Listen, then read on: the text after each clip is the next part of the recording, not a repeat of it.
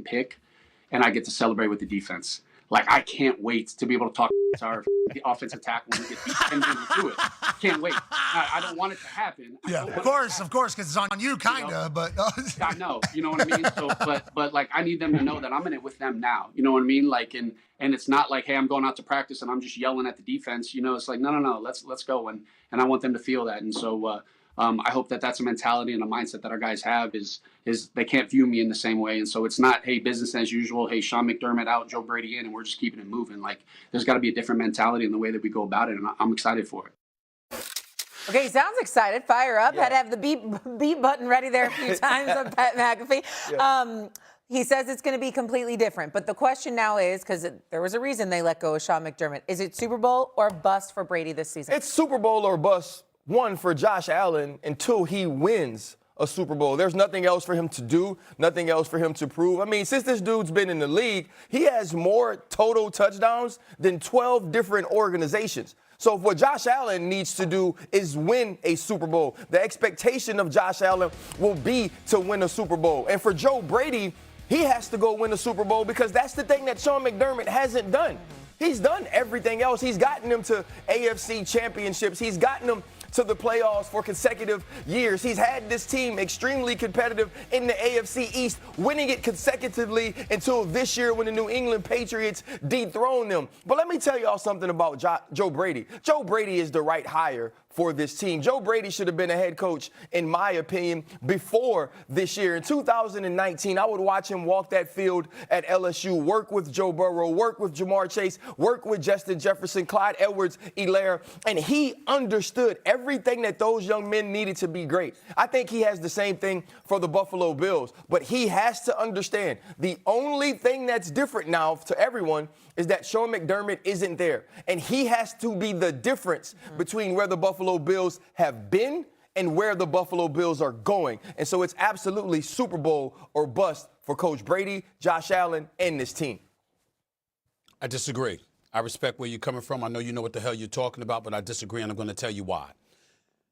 RC, you've highlighted repeatedly throughout this season what the Bills have been lacking. You knew it was Josh Allen, but they needed to upgrade their wide receiver core, obviously. They got their running game intact with Cook. We get that part. You needed to upgrade with your receivers. You certainly needed to upgrade that defense. So I'm looking at Bean.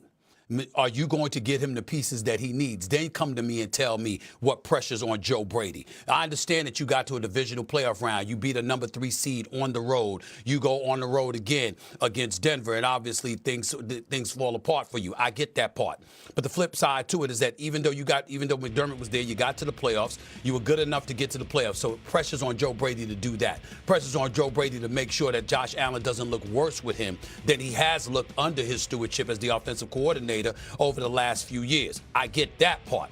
But when we talk about Super Bowl, specifically, Super Bowl or bust, I'm looking at the GM who was elevated to president on the day that Sean McDermott, who all of us agree shouldn't have been fired, was fired. That's what I'm looking at. Is the GM who's now the president going to get another pass? He ain't getting it here. He's got to show up and he's got to produce. You are absolutely right. Joe Brady was the right hire. Please don't get me wrong. Joe Brady, congratulations. You deserve this opportunity. I think he's going to do a hell of a job personally. But I harken back to what you said weeks ago, RC, when you talked about how he would have been a perfect coach for the Bengals with Joe Burrow because of their history with those wide receiver cores. So we were looking at it from that standpoint. In our perfect world, Zach Taylor would have been gone. Joe Brady would have been inserted in there as the head coach in Cincinnati, and it would have made things even more compelling in the AFC. That's not what happened. And in the end, he's staying where he was in Buffalo. Instead, this time, he's been elevated to head coach. He deserves the job. I think we're all confident he will do a good job. But since we're so confident in him that he was the right hire because of his credentials and what he brings to the table,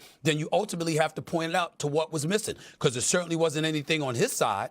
It's looking at this roster. Brandon Beane's got to elevate his game and show that he's worthy of being elevated from GM to president. When he does that, then it's Super Bowl or bust. But as presently constructed, no, it is not that, because Brandon Beane doesn't have the roster for him. I don't think you could say that. We've been treating Josh Allen and Sean McDermott as if it's been Super Bowl or bust since Josh Allen became the player that he is. Since he was starting to be mentioned with the Patrick Mahomes and the Lamar Jacksons, we've been saying Josh Allen has to take the next step. So now all of a sudden when they change the coach, because Josh Allen didn't take the next step, because the Buffalo Bills haven't elevated past where they've been in recent years, we can't say all of a sudden now it's just on Brandon Beane. Obviously it's not on Brandon Beane. He got a promotion. Obviously, they feel that Brandon Beane has constructed a team well enough to go win a championship. We ain't here on First Take giving a damn about how they feel about Brandon Beane. We telling the world how we feel about Brandon Beane. We did not believe that he deserved to be elevated to the presidency on the day that Sean McDermott got let go. What did we all say? If Sean McDermott has to go, why are you still there? That's what we said. So my point is we're highlighting the fact that, guess what? It was a dual effort. You're trying to act like one dude came up short when, in fact, it was Beane who came up short, too, because we looked at this roster. As the season progressed this year, even though we definitely looked at Josh Allen because of his greatness, and there was a level of accountability we were willing to attach to him, in the same breath, we still said, RC, this roster, you know what? I mean, they got some stuff that's missing here.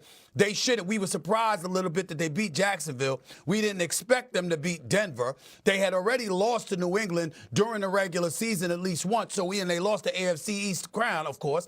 We looked at all of those things, and we said, this doesn't look like it's the year from them. They got too many holes. They can't get stops at pivotal points when you really, really need them to. We had those questions. That's on Beane. That's all I'm saying. Joe Brady got to do his job. They got to win. They got to be competitive. They got to get to the playoffs. I get that. But Super Bowl or bust, Beane, can you improve the roster?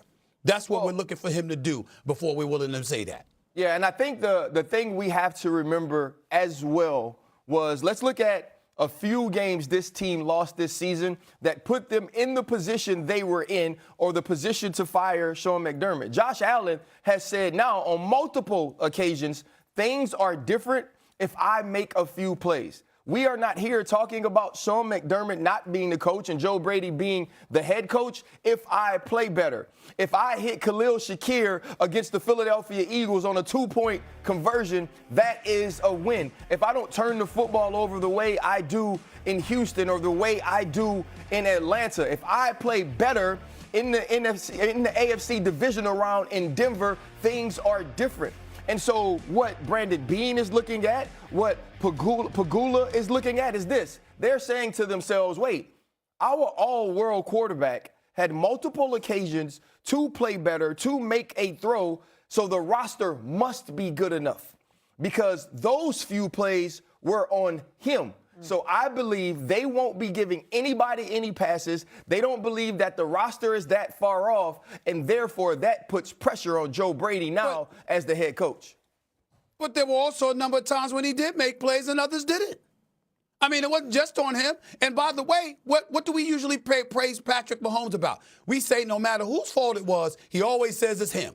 So Josh Allen saying that was him don't really mean anything to us. It's just showing us he's a big boy, he's a leader, and he's willing to take accountability. Props to him. But in the end, when we look at the Buffalo Bills, on far more occasions than not throughout the years, it was something else that derailed them, not Josh Allen. That's all I'm saying.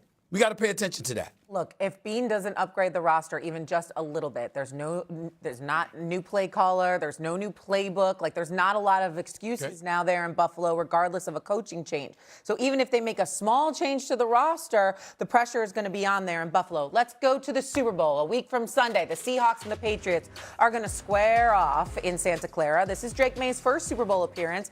And as for Sam Darnold, he's never played in a Super Bowl, obviously, but was on the Niners roster 2 years ago when they made it. He was listed as Brock Purdy's backup. Now, Sam Darnold coming off a playoff career high, 3 passing touchdowns in the NFC Championship game. While it has not been pretty for Drake May, he's been sacked 15 times in the playoffs, second most by a quarterback in a single postseason. And so, which quarterback has more to prove in the upcoming Super Bowl? Is it Drake May or is it Sam Darnold, RC? I think it's Sam Darnold, but it's not even, to me, a more to prove thing as much as it is Sam Darnold gets to totally rewrite his legacy.